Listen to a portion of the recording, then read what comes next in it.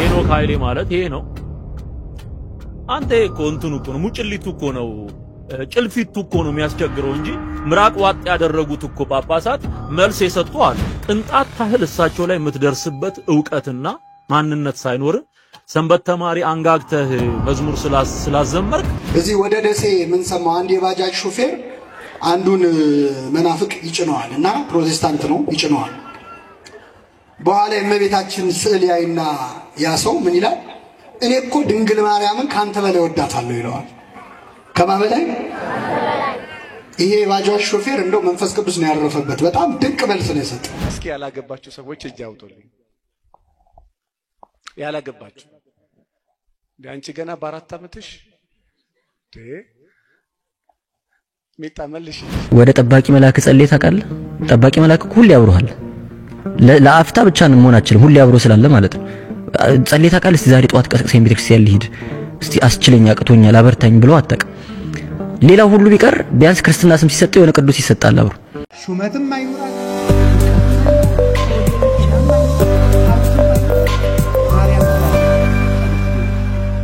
ፋስላለችን ይበቃል ክርስቶስ ተንሳሙታን በአብይ ኃይል ወስልጣን አሰሮ ለሰይጣን አጋዞ ለአዳም ሰላም እንዘሰ ኮነ ፍሳው ሰላም ጤና ይስጥልኝ በተከበራችሁ የኢኦቲ ሪአክት ቤተሰቦች ደምቃችሁልኝ በአዲስ ቪዲዮ ተመልሼ መጥቻለሁ ዛሬ የምንመለከተው እንግዲህ ወንድማችን ትዝታው እንግዲህ በመመራችን መምህር ዲያቆኑ ከላይ አፉን ከፍቷል ዛሬ እሱን የምንመለከት ነው የሚሆነው ለዚህ ደግሞ እኛን የሚያስተምሩ ቁም ነገር የምንወስድባቸው ቪዲዮ ተሰብስበዋል ሁላችሁም ይሄን ቪዲዮ ላይክ ማድረጋችሁን እንዳትረሱ ሰብስክራይብ ለምንድነው የማታደርጉት አሁን ማርጉ አንቺ ዘማ አልነበርሽ መንፈሳዊ ሰዎች በትናንት ማንነታቸው አፍሩም አንተ እኮ እንዲ ነበርክ ስትሏቸው አዎ ነበርክ ነው ያልከኝ አዎ አንተ ራስ ያልከው ነበር ግን ሳልሳቀቅ ልተርክልህ እችላለሁ ይሏቸው ህይወታችን ሁለት ክፍል አለው ነበርና አሁን አንተ ሰካራም ነበር አዎ ነበር አንተ ቃሚው አጫሱ ሌባው ማንጀራት መጪው ዱርዬው አንቺ ዘማ አልነበርሽም አዎ አልተሳሳትሽም ነበርክ ነው ያልከኝ አዎ ዛሬ ግን ኢየሱስ ክርስቶስ ያን ምዕራፍ ዘግቶ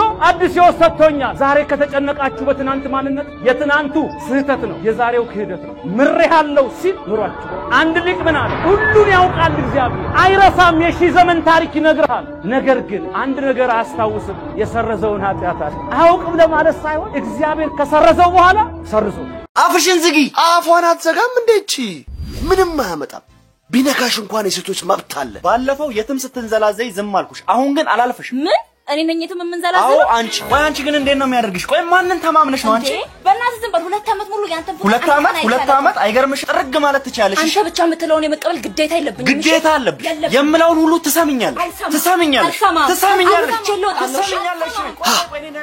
ምን አለ ጋብዞኝ ገብቼ ሞቅ ባረግላቸው አርፈሽ ተቀመጪ ቆይ አንቺ ሴትዮ ምን ይሆን ነው የምትዩ አንተ ራስህ ምን ይሆን ነው የምትለው ኋላ ግን ሰይጣኔን አታም ያ ጋበዙኝ ጋብዘውናል እንግባ ወይዬ ራስህን እንደ ወንድ ነው እንደምታየው የዚህ ቤት አባወራ እኔ ነኝ እኔ ምልሽን ትሰሚያለሽ ጭራሽ ልትገዛኝ የሚያምረው በደንብ አድርጌ ገዛሻለሁ ማን ስለሆነ ነው እሱ ቆይ አላበዛውም እንዴ ምንድነው ይሄን ያህል ገረድ ያረግሻል ሴት ስለሆንሽ መናቁ ነው አትስሚው አፍጭበት ባዩ ምንም አያመጣም ቢነካሽ እንኳን የሴቶች መብት አለ ሁሉም ይጮሁልሻል ከዚህ በፊት በጣም ብዙ ጊዜ ታግሸሻለሁ ወንድ ነኝ ብለህ ነው የምታስበው አፍሽን ዝጊ አፏን አትዘጋም እንዴቺ እንዴ እሷ አፏን ማትዘጋ ከሆነ ለምን አንተ አታዘጋላትም እንዴት አይነት ንቀት ነው ይሄ ምን አይነት መዳፈር ነው ሂድ አንተ አፏን አዘጋት ንግግሯ ያናድም ምን አይነት ንቀት ነው ያፏን አዘጋት በላት በል ሂድ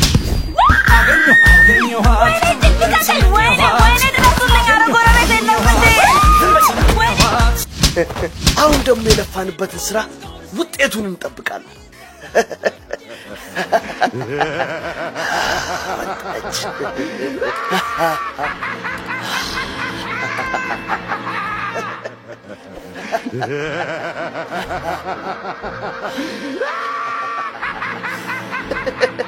ያ እንግዲህ ሽጣን ስራ እንዳያችሁ ነውና በጣም የሚገርም ነው በዚህ መንገድ ነው ሰዎችን የሚያፋታው የሚያጣላችሁና ጥንቃቄ እንድታረጉ እና ያው አንድ ሰው አንድ ጠባቂ መልአክና አንድ ክፉ ነገር የሚመዘግብ መልአክ አለው። ለምሳሌ ያክል እስቲ አንድ ወንድማችን እንስማ።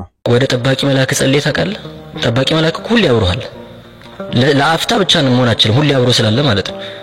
ጸልይ ታውቃለህ? እስቲ ዛሬ ጧት ቀስቅሰኝ ቤተክርስቲያን ልሂድ እስቲ አስችለኛ አቅቶኛል አበርታኝ ብሎ አጠቅ ሌላው ሁሉ ቢቀር ቢያንስ ክርስትና ስም ሲሰጠው የሆነ ቅዱስ ይሰጣል አብሮ በቃ በስሙ መጠራቱ እኮ አንድ ቃል ኪዳን ነው። በስሙ የተጠራ በስምሽ የተሰየማል የተባለችው እመቤታችን መጣ አንድ ቃል ኪዳን ልክ እንደ ክርስትና አባት ክርስትናነት ሆኖ አብሮ የሚኖር ቅዱስ እኛ ስላላቀረብ ነው እንጂ ማለት ነው። የእግዚአብሔርን ድምጽ መስማት ያልቻልነው በጣም በኃጢያት ስለተሸፈንን ነው። የሆነ ኃጢያታችን እየበዛ ሲመጣ ከእግዚአብሔር እየራቅን ስንመጣ እግዚአብሔር ሲናገረን ለመስማት አልቻልንም ሩቋል። ወደ እግዚአብሔር እየቀረብክ በመጣ ቁጥር ራስን ንጹህ እያደረግክ በመጣ ቁጥር እግዚአብሔር ለመስማት እድል ታገኛለህ። እስመ በንጹህ መንፈስ ነቢያት ረዩ ለእግዚአብሔር መንፈስን ንጹህ በማድረግ ነቢያት እግዚአብሔርን አይተውታል ይላል መጽሐፍና ንጹህ ራስን ትንሽ በንስሐ በምንም እያነጻ ስንመጣ ክሊር ሆኖ ታያለህ። የእግዚአብሔር ስራ ህይወት ውስጥ ትመለከታለህ በደንብ ቅዱስ ሲሰራ ትመለከታለህ። አይፈታም ያልከው ነገር ሲፈታ ታያለህ። አልቋል ያልከው ነገር ሲቀጥል ታያለህ። አሁን የሚሰራልን የሚያደርግልን ነገሮች ሁሉ ማየት ያልቻልነው እሱን ማየት የምንችልበት ንጽህና ስለሌለን በጣም ተሸፍነን ስላለን ማለት ነው። እኔ በጣም አሁን ዲፕረስ ሆኛለሁ በጣም በቃ ጨልሞብኛል የሚል ሰው ካለ እኔ ቻሌንጅ ላድርገው። እስቲ በጧት ተነስ ቀኔ ላይ በጧት ተነስ ለአንድ ሰዓት ለ30 ደቂቃ ምናምን የሆነ ጸሎት ጸልይ። የጸልይክ ላይ መስል ይችላል ምናምን ግን የምር ቤክሲን ሄደ ጸልይ። ከቻልክ ጸበል ተጠመቅ። ስፖርት ስራ ለሆነ ያክል ኤክሰርሳይዝ አድርግ። አንድ አባት ሲናገሩ የሰማሁት ነው ማለት ከዛን ለማታውቁ ለሆነ ነዳይ ለሆነ የተቸገረ ሰው ራንደም የሆነ ጥሩ የሆነ በጎነትን አድርግለት። ለነዳይ መምጾት ሊሆን ይችላል የሆነ ነገር መስጠት ሊሆን ይችላል ምናምን ነገር እነዚህ ነገሮች አድርግና ከዛ በላይ ቀንን በድብር ታሳልፍ። አችልም በድብር ታሳልፍ ልትደበር አችልም። እነዚህ ነገሮች ካረከበው በቃ እነዚህ ነገሮች ህይወት ላይ ተለማመዳቸው። እግዚአብሔር አምላክ በህይወታችን እንደሚሰራ ማመን የከበደ እግዚአብሔርን ስለማናውቀው እግዚአብሔርን ማናውቀው ደግሞ ከሱ ጋር ስለማንነጋገር ነው። ከእግዚአብሔር ጋር መነጋገርን በሁለት ወገን ነው። እግዚአብሔር ሲናገር መስማትን አንተ እግዚአብሔርን ማናገር አንተ ተናገር እሱ መስማት ነው። እግዚአብሔር ሲናገር የምትሰማው መጽሐፍትን በማንበብ ቃል እግዚአብሔርን በመማር ይነግራል እኮ ህይወትን ያወራሃል እኮ እግዚአብሔር ልትሰማው ድርቅ ሰጠው። ቅዱሳን መጽሐፍትን ብታነብ ቃል እግዚአብሔርን ብትማር መምህራንን ብትሰማ እግዚአብሔር ይናገራል አንተ ታደምጣለህ። ከዛ ነው በተራ አንተ ታወራለህ ስትጸልይ። የግድ እኮ በቃ እኔ ሐሳቤ መሰብሰብ ከበደኝ ሐሳቤ መሰብሰብ አቃተኝ መጸለይ አልቻልኩም ምናምን እውነት ነው። የሁላችንም ችግር ነው። መንፈሳዊ ከፍታን ይፈልጋል። ሐሳብን ክትት አድርጎ መጸለይ ይችላል። በጣም መንፈሳዊ መሆንን ይፈልጋል። ግን እሺ እንደዛ ሐሳብ እየተበተነ ምን ይያልክም ታክተ ጸልይ። ከዛ ወይ ልብህን ደግሞ ነገሩ ለእግዚአብሔር አምላክ ለሰው እንደምታወራ ለእግዚአብሔር ማውራት እኮ ያስፈልጋል። ልክ አባት እንደምታናገር አድርገህ እግዚአብሔር ማናገር እኮ ያስፈልጋል። እንዲሆኝ እንዲጎሎብኝ እንዲያጥቼ ምናምን ብለን እንንገረው ችግር የለውም። እሱ መስማት አይሰለችም። ያው ስናጣ ሁሌ እግዚአብሔር ጋር ጥሩ ስናጣ ብቻ መሄድ ችግር ነው። ግን ጭራሽ ካለሜ ስናጣ መሄድም ይሻላል። እግዚአብሔር በነገራችን ላይ ሳይፈትና ደና ነገር አይሰጥም። ትልቅ ነገር ሊሰጥ ካሰበ ፈተና ይመጣል። ስትፈተን ማወቅ ያለብህ ትልቅ ነገር ለትልቅ ነገር እየታጨህ እንደሆነ ነው ማሰብ ያለብህ። አሁን ትዳር ቀላል ነገር እንዳይመስልህ በጣም ትልቅ አደራ ነው። የፈጠራትን ሴት እኮ ነው ላንተ የሚሰጥህ። ከዛ በኋላ እኮ እናትና አባቷ የሉ እነሱን ሁሉ ክዳለች ላንተ ተሰጣለች እና እንደ ቀላል ስጦታ አይደለም እየሰጠ ያለ የሰራትን ሴት ያበጃትን ሴት እግዚአብሔር ሰጥቷል ላንተ። እናትና አባቷም ከዛ በኋላ አንተን ምን ያህል እንዳመኑ አይታ ያዩህ እኮ ይዛን ቀን የሰርጉ ቀን ትክክል እሷ ስላመጣችን ነው ለዛው እንጂ ያቆም ግን እንዴት እንዳመኑ ተመልከት። ከማህፀን ጀምሮ እንዴት ተንከባክበው እንዳሳደጓት ለዚህ ልጅ ምን ያህል ዋጋ እንደከፈሉ ታውቃለህ። ያን ሁሉ ዋጋ ከፍለው ለመምህራኖቻችን ቃሉን ያሰማልን ጸጋውን ያብዛልን። ስለ ትዳር ካነሳ ላይ ቀር እስቲ አንድ ሁለት ቪዲዮዎችን አይተን እንመለስ። እስኪ ያላገባችሁ ሰዎች እጅ አውጡልኝ። ያላገባችሁ አንቺ ገና በአራት ዓመትሽ ሚጣመልሽ እጅሽ ነሽ። ያላገባችሁ ሰዎች በደንብ አውጡልኝ። አለማግባት ያሳፍራል እንዴ? እሺ መልሱ። ያገባችሁ ሰዎች እጅ አውጡልኝ። እሺ 50 እቺ ነገር በደንብ ስሙ። ልባቸው ንጹህ የሆኑ ሰዎች አሉ። ምናቸው ንጹህ የሆኑ ምናቸው ልባቸው ንጹህ የሆኑ ሰዎች አሉ። ዓለም ከተፈጠረ እስከ ዛሬ እግዚአብሔር ነቢያቱንም ሐዋርያቱንም ቅዱሳኑን የወደዳቸው ስለ አንድ ነገር ስለምን ስለ ልባቸው ንጽህና። ያልወደዳቸውን ሰዎች ስለምን አልወደዳቸውም? ስለልባቸው ክፋት። ሌላ ምንም ታሪክ የለው። በዓለም ያሉትን እግዚአብሔር ሰውን የሚያየው በልቡ ነው። በፊቱ ባለባበሱ በቁመናው አይደለም። እንደው አደራችሁን ከዚህ በኋላ ሰው ስትመርጡ እንደው ባለባበስ በቁመና አትዩ። አደራችሁን። አዲስ አበባ እንደው አንድ ባለሀብት ማግባት የምትፈልግ ሴት ነበረችና እንደው መኪና ይዞ የሚንገዋለል አንድ ልጅ ነበር። አገኘችና አገኘው ብላ ገብታ ረገዘች። ከዛን የባቤቱ ባለቤት ሲመጣ ወደ ቤታችን ሄዱ። ወዴት? ወደ አራብሳ። ይሄ እኔ ቤት ነው አላልከኝም እንዴ? አረ ይሄ ያለቃዬ ቤት ነው፣ እሱ ከአሜሪካ መጥቷል። እና ምን ትለኛለች? ጸግሽ ዝለይ ያለኝ ምን አባቴ ላከለች። እና እኔ ልዝለል እንዴ? ገንዘብ ብለው ሰው የሚወዱ ሰዎች በተለይ በቤተ ክርስቲያን መስቀል አንጠልጥላ ክርስቲያን ሆና ሀብታም የምታሳድድ ሴት፣ ክርስቲያን ሆኖ ሚስቱን የሚበድል የቤተ ክርስቲያን ሰው ሆኖ እንደው አደራችሁ እንደው የበደልካት እንኳን ካለ ይቅር ለእግዚአብሔር በላት። ጎንበስ ብለ እግሯን እኔ መጥቼ እናንተ ጋር እነ መምህር ኤልያስ እነ መምህር ሙሉ ቀን ውሃ ቢሰጡኝና እግራችሁን ባጥብ ክብሩ ለኔ ነው ለእናንተ ነው? ለማን ነው? ወገኖቼ ክብሩ እግሩን ብታጠብ፣ እግር ማጠብ እኮ እንደ መስፈርት ይወራል። እግሩን ታጥባለህ። ይሄ እግር ማጠብ እኮ ተራ የወደቀ ነው። እኔ ያረግልሃለሁ፣ ውሃ ካለ እኔ ያጥባለሁ፣ እኔ አጥባታለሁ። ጎንበስ ካላልክ በስተቀር ወደ ላይ አትልም። እግር ማጠብ ክርስቶስ እንኳን ጌታ የሰማይም የምድርም ጌታ እንኳን ጎንበስ ብሎ አንተ ማን ነህ? አንቺ ማን ነሽ? እግር ብታጥብ ክብሩ ለማን? እባካችሁ እሺ። መልኩንና ቁመናውን አትይ፣ እኔ ንቄዋለሁና። ኦሪት ዘፍጥረት ምዕራፍ 4 ከቁጥር 4 ላይ እግዚአብሔር ወደ አቤልና ወደ መስዋዕቱ ተመለከተ። ወደ ማን? 5 ደቂቃ ነው የቀረኝ። እግዚአብሔር በሉ ወደ አቤልና ወደ መስዋዕቱ ተመለከተ። ስለምን? ስለ ልቡ ንጽህና። ሁለቱም የእግዚአብሔር ልጆች ናቸው አይደሉም? ሁለቱን የፈጠረ እግዚአብሔር ነው አይደለም? ስለ ልቡ ንጽህና ግን እግዚአብሔር ወደ አቤልና ወደ ማን ተመለከተ? ወደ መስዋዕቱ።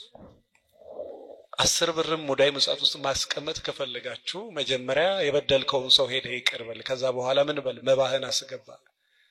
አንድ ሴት ኢየሱስ ክርስቶስ ጋር መጣ 1000 ብር 500 ሲሰጡ መቀነቷን ፈታችና 2 ሳንቲም ሰጠች። ጌታ እሷ አብዝታ ሰጠች። ለምን? ከልቧን የሰጠች። ደም እየፈሰሳት ወደ ክርስቶስ ሄዳ የልብሱን ጫፍ የነካች ሴት ማን የነካኛል? ለምን? ከልቧን የመጣች። ከልብ የመጣውን ማን ያውቃል? እግዚአብሔር። ብዙ ጊዜ ጸልያችሁ መልስ ካላገኛችሁ መጽሐፍ ቅዱስ አትለምኑምና አትቀበሉ። ልመና ከመጸለይ በፊት እንደዚያ መጀመሪያ ልብህን ንጹህ አድርግ። ከዛሬ በኋላ በትምህርትም በስራ በየትኛውም ስኬታማ እንድትሆኑ የምትፈልጉ ከሆነ መጀመሪያ ልብህን ንጹህ አድርግ። ምንህን? ልብህን ንጹህ አድርግና ከዛ በኋላ ለምን። የምድር ንጉስ መሆን ብትፈልግ እግዚአብሔር ያደርግልህ። መጀመሪያ ግን ምን ንጹህ ይሁን? እግዚአብሔር ልብ። መዝሙር 51 ከቁጥር 10 ላይ አምላኬ ሆይ በሉ፣ አምላኬ ሆይ ንጹህ ልብን ፍጠርልኝ። ምሳሌ ምዕራፍ 4 ከቁጥር 23 ከሁሉ በላይ ልብህን ጠብቅ፣ ከሁሉ በላይ ልብህን ጠብቅ። ምሳሌ ምዕራፍ 23 ከቁጥር 26 ላይ ልጄ ሆይ ልብህን ስጠኝ። እስኪም በደንብ በሉት፣ ልጄ ሆይ ልብህን ምንን ስጠኝ? አዎ መጀመሪያ ይሄ ልብ ለሴትም ለወንድም ሰተ ከሚሰበርብ መጀመሪያ ለማን ስጠው? እግዚአብሔር አምላክን በፍጹም ሐሳብ መንፈስ ስሜት ምን በለው? ወደደው። እግዚአብሔርን ሳትወድ ማንን ልትወድ ነው? መጀመሪያ ቅድሚያ ለማን ነው? ለእግዚአብሔር። ልጄ ሆይ ምንህን ስጠኝ? ልብህን ስጠኝ። በጣም የሚገርማችሁ ሁለተኛው ደግሞ እንድታረጉልኝ ሶስተኛው ልተው ሰዓት ስለሄደ የመጀመሪያ ልባችሁን ንጹህ አድርጉ። ወደ ሴት አይቶ ሴት መመኘት ሲጀምር ገና ትምህርቱን እንኳን ሳይጨርስ ማለት ነው ትምህርት ቤት ሆኖ ሴት ያምረዋል። ያ ሰዓት አይደለም ሴት አስበን የተመኘንበት ጊዜ አይደለም የጋብቻ ጊዜ፣ የማጨት ጊዜ እሱ አይደለም። እና አንዳንዶቹ እንደው የትምህርት ቤት ጀምረው እኮ ጓደኛዬ ነው የሚሉ ሰዎች ያጋጥሙሃል። ተፈቅዷል ያኔ መተጫጨት። በዚያ ሰዓት ያ ሰው ቢያጭ ማግባት የሚችልበት ዘመን ነው ወይ? ያን ጊዜ የገባውን ቃል አክብሮ ለመኖር ዝግጁ ነው ይችላል ስትል የሚችልበት ዘመን ላይ አይደለም።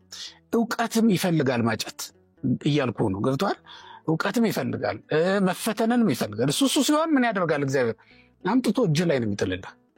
እንዴት ነው የምትረዳው? እሱን እንደው እንዲህ ነው የምትረዳው ብዬ ላልገልጽልህ ይችላል። ግን ስሜትህ በራሱ የሚመራህ ነገር አለ። ሐሳብህ በራሱ ፈቃድህ በራሱ ፈቃዷ በራሱ የሚያሳይ ነገር አለ። እሷም ካንተ ውጭ ማትመርጥ አንተም ከሷ ውጭ ማትመርጥ ልትሆን ትችላለህ። በትክክል ግን እግዚአብሔር የሰጠኝን እቀበላለሁ የምትል አይነት ሰው መሆን አለብህ አንተ።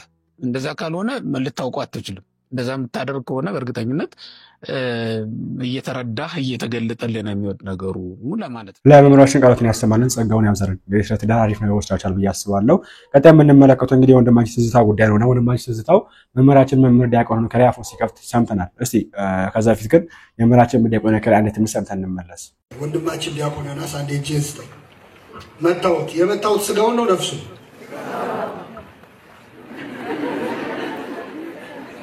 ልድገመው የመጣው ስጋው ነው ነፍሱ እሺ እዚህ ጋር ደግሞ ሌላ የሞተ ሰው አለ አስከሬን ሬሳው ማለት የመጣው ስጋው ነው ነፍሱ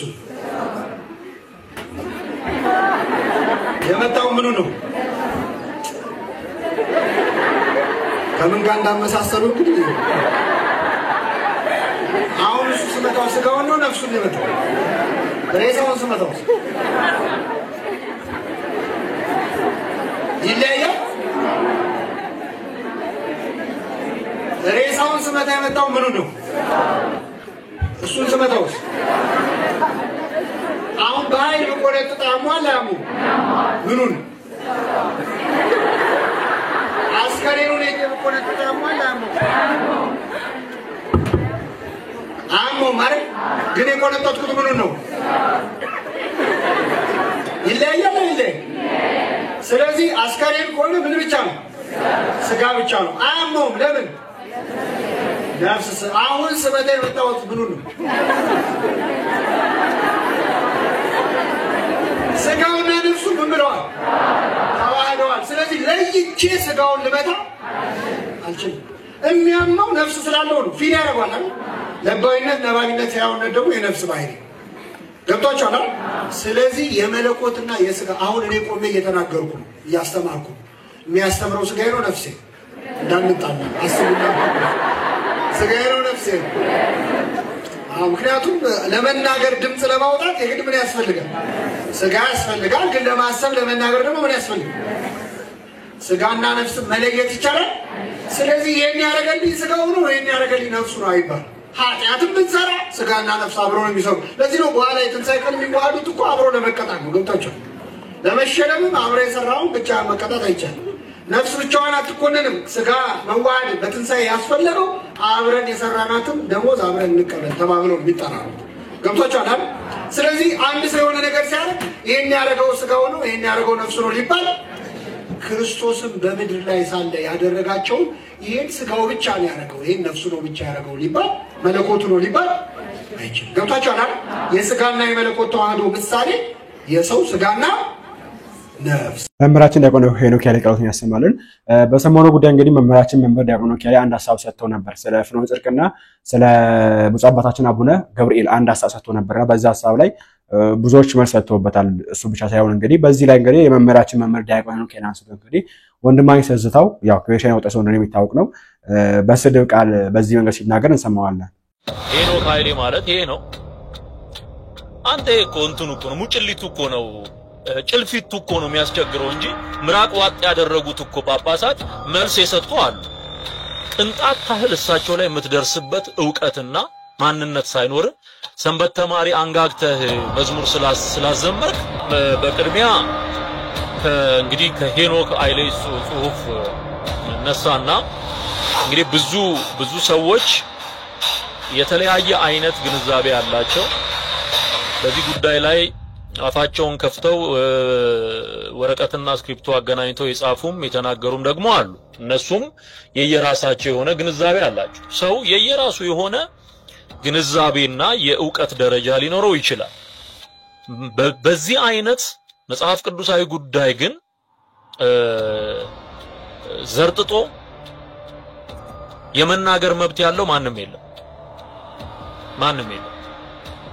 መጽሐፍ ቅዱስ ሚለውን ኤቪደንስ አቅርቦ መሞገት ነው እንጂ ከዛ ትምርቱ ያጋንንት ከሆነ ትምርቱ ያጋንንት ነው ማለት ይቻላል እንጂ አንድን ጳጳስ ሌላውን ጳጳስ ስንት አይነት ችግር ያለባቸው ሲያሞካሽ ውሎ እውነት የተናገሩትን ግን አዝማሪ ያሉ መሳደብ ጸያፍ ነው። በጣም ጸያፍ ነው። እንግዲህ ማለት ታያለ የሚገኘው ወንድማችን መምህር ዲያቆን ነው ካለ ተሳስቷል ነው ያለው። እሱ ስትሉ ምንድነው አቡነ ገብርኤል ልክ ናቸው ድንግል ማርያም ቤዛ ተባለ የሚለው ትምህርት ትክክል ነው እና መምህር ሄኖክ ተሳስቷል ብሎ እየሰደበው እንሰማለንና ያው ስራቸው ነው ከሱም አይመስለኝም የሚለው መንፈስ ነው የሚመስለኝ። ከዚህ እንደምናገረው መንፈስ አንድ ጊዜ አይንካችሁ እንጂ ምን እንደምታረጉ እንደምትናገሩ አታስተውሉምና ወንድማችን ተታው እንግዲህ እግዚአብሔር አምላካችን አይነ ልቦናን ይክፈት ለማለት ፈልጋለሁ። ድንግል ማርያም ቤዛ ተባለም ለሚለው መምህራችን መሳደብ ተገኝ ነው ብዬ አላስብም። እንግዲህ እሳቸው እሱን አስተዋጽኦ ለምንድነው ዲያቆን ካለ አንተ ደግሞ ትባለች ካልክ አንተ አትባልም ካልክ ማስረጃ ማሳየት ነው እና ብር ቤዛ ይባላል ስትባል እየኮራክ ሙሴ ቤዛ ይባላል ሲባል እየኮራክ እከሌ ምንድነው ዮሴፍ ቤዛ ተባለ ሲባል እየኮራክ ማርያም ቤዛ ተባለ ሲባል ደግሞ ውስጥ የሚያዝን ከሆነ ውስጥ የሚናደር ከሆነ ይሄ ሌላ መንፈስ ነው እንጂ ከመንፈስ ቅዱስ አይደለም። ሁለተኛ መንፈስ አለ እሱም እርኩስ መንፈስና ቅዱስ መንፈስ አለ። ሰው እንደዚህ ሐሳብ የሚያወጣብህ እርኩሱ መንፈስ ነውና ራስን እንድትጠብቅ ስል መናገር ፈልጋለሁ። እግዚአብሔር አምላካችን ልቦናን ይፈትልን። በዚህ ጉዳይ እንግዲህ የእናንተንም ሐሳብ ኮሜንት ያስሩልን። እንቀጥል። ዘመን አስቆጥሮ ከመኖር ያለፈ ኢትዮጵያን አበልጽጋ የዳቦ ቅርጫት ማድረግ ግን አልቻለችም የሚል መከራከሪያ ሲነሳ ሰማለሁ። በጣም በቅርቡ በብዙ ቦታዎች ሰምተውታል። እሺ ብዙ ነው። ለደህንነት ተጠያቂ ናት እንዴ ተብሎ ቤተክርስቲያንን ከነገስታቱም ጋር ሆና እንደዚህ ቤተክርስቲያን ሀገር ግን አላደገም ወዘተ አይደል? ይገርም ነው። ካሁንና ከቀድሞ ጦም ያድረው ኢትዮጵያ ህዝብ በእንጭ ነው። ይሄን ደግሞ መጠየቅ ያስፈልጋል። ቀድሞ የኢትዮጵያ ማህበረሰብ የኖርበት አኗኗርና አሁን እየኖርና ያለንበት አኗኗር ምን ይመስላል? አሁን እኮ ለሚጣም የሚበሉ ኬክ የሚበሉ ጥቂት ሰዎች ናቸው። እንዴት ነው የምናየው? አሁን ደግሞ ፋብሪካዎች ተፈጠሩና ሁሉ በልቶ እያደረ ነው። በረንዳ ዳሪ በቀድሞ አልነበረም። ቀድሞ ተፈናቃይ ይባል አልነበረም። ቀድሞ ስደተኛ ይባል አልነበረም። ቤት የሌለው ሰውም የለም። እስኪ እውነት ከተነጋገረ በኢትዮጵያ እኮ ቤት የሌለው ድሃ የሚባል ሰው የለም። ድሃ እንኳን ቤት አለው፣ በረንዳ ያድርም፣ ተከራይቶም አይኖርም። እስኪ እውነቷን እናውራ ከተባለ እስኪ አሁን በኢትዮጵያ ታሪክ ቤት የሌለው ድሃ ሊጠቀስ ይችላል? ለምን? ቤተክርስቲያን አንድነትን ስላስተማረች በጎረቤት ነው የሚሰራለት። አንድ ድሃ ሀብታምና ድሃ እኩል ነው ባናኗረው የነበረው። እንዲያውም ቀድሞ የከብት መብዛት፣ የእርሻ መብዛት፣ የምርት መብዛት ካልሆነ ግን ልዩነቱ በቤት ተመሳሳይ ነው። ለምን? ቆርቆሮ አይገዛም። ለምን? ሚስማር የለም አይገዛም። ለምን? ቤት የሚሰራው ባለው ነው፣ በተፈጥሮ ነው። ስለዚህ ተፈጥሯዊ የሆነውን ነገር ደግሞ ሁላችንን እንሰበስባለን፣ ለአንዱ እንሰራለን፣ ደግሞ ለአንዱ እንሰራለን። እንዲህ አድርገን ተባብረን ሁላችን ቤት ያለን ሆነን እንኖር ነበር እንጂ አንዱ በመቆቤት የሚያድር አንዱ የቀን ሀሩር የሌት ቁርር ሲፈራረግበት የሚያድርባት ሀገር ግን አልነበረችም። ስለዚህ ቀድሞ የነበረው እውነት ነው፣ እንደዚህ ነው። ድሃ የሚባል ቤት ሳይኖረው በረንዳ የሚያድር አልነበረም። አሁን ስንቱ ነው እንዲሁ በእውነት እስኪ አዲስ አበባ እንኳን መተን ብንመለከት ስንት ፎቅ ተቀምጦ በረንዳ የሚያድር ደግሞ ስንቱ ነው? እውነት ነው። ይሄ እድገት ነው። እድገቱን ከምን ጋር ነው የምናያይዘው? ስለዚህ ቀድሞ እንዲህ አይነት ፎቆች ላይኖሩ ይችላሉ። በረንዳ የሚያደርግን ሰው ግን የለም። ሁሉም ጎጆ አለው፣ ሁሉም ማደሪያ አለው፣ ሁሉም ክብር አለው። ይሄ አንድ። በምግብ ደረጃም ስንመለከት ብቻ ነው ይበላ የለም። ቀድሞ ብቻ ነው ይበላ የለም። ያዚያ የመጣ እኮ ነው ሰርጉም ክርስትናው አብሮ ለመብላት እኮ ነው የመጣው። ድሃ እንዳይኖር ነው። አያችሁ፣ ይሄ ሁሉ ምክንያት በመሆን እኮ እየበላ ነው የነበረው ሰው። በዛው ላይ ደግሞ እንዲያውም ክረምት ሲገባ ያላቸው ሰዎች ሰብሰብ አድርገው ያን ክረምት የሚያልፍበትን ይሰጡ የነበረበት ሀገር ነው። በዛን ጊዜ ይሄ ብቻ አይደለም። እስኪ እውነት ራስን ከመቻል አንፃር ቀድሞ ነው አሁን ራሷን የቻለች ኢትዮጵያ? ቀድሞ ነው። እንዴት አይተህ? በቀድሞ አይተህ ነው እስካሁን አይተህ ከተባለ በቀድሞ ራሷን ትችላለች። ለምሳሌ ልብስ ማምረት በቀድሞ በኢትዮጵያ ውስጥ ነው የነበረው፣ አሁን የለም። ልብስ ማለት ነው ልብስ እንኳን ምክንያቱም ሸማኔ ስራ እዛው ነው። ልብስ በጥጥ ነው ይዘራል፣ ከዛው ላይ ይፈተላል። በቃ ራሳችን እንለብሳለን። ራሱ ለብሶ ፈትሎ የሚለብስ ህዝብ ነው የነበራት። አሁን ግን ከሌላ ይመጣል፣ ያን የሚያሳድግ አይደለም። ስለዚህ ቀድሞ ከሌላ ምንም ይፈልግ አልነበረም ህዝቡ በጥቅሉ ስለሚኖረው፣ ስለሚበላው፣ ስለሚጠጣው፣ ስለሚለብሰው፣ ስለ ሁኔታው በሙሉ ማለት ነው። ችግር ቢኖርበት ችግሩ እንኳን ራሱ ነው የሚወጣ የነበረው እንጂ ከሌላ ለምኖ ተበድሮ አይደለም የሚኖር የነበረው ህዝቡ። ለዛ ነው ከጠላት ጋር መፋለም ይቻላል ህዝቡ ራሱ ማለት ነው። ለምን? ከውጭ ስለማይፈልግ። አሁን ኢትዮጵያ ያለችው እንዴት አይነት በሆነ ሁኔታ ነው? በጣም ብዙ ብድር የተጣለበት ያብድረን ሰው ሳይ ሁሉ አንገት ቀለስ ብሎ እንደሚሄድ ሰው እኮ ነው ታው ነገሪት የራሷን አቅም አላት አሁን እውነት ሞራል አላት ህዝብ እየመራሁ ነው ብላ ሞራል አላት እዛችን የሚሰነበው ቪዲዮአችን አውፕን ተማራችሁበት ቁም ነገር ነው ስላችሁበት አዲስ ነገር ነው ሰማችሁበት አልተጠራጠረም በቀጣይ ባሪፍና በአስተማሪው ደስ ከመሆን ጋር ረሱላችሁ ቪዲዮ ላይክ እና ሼር ማድረጋችሁን አትረሱ ቸር ቆዩልኝ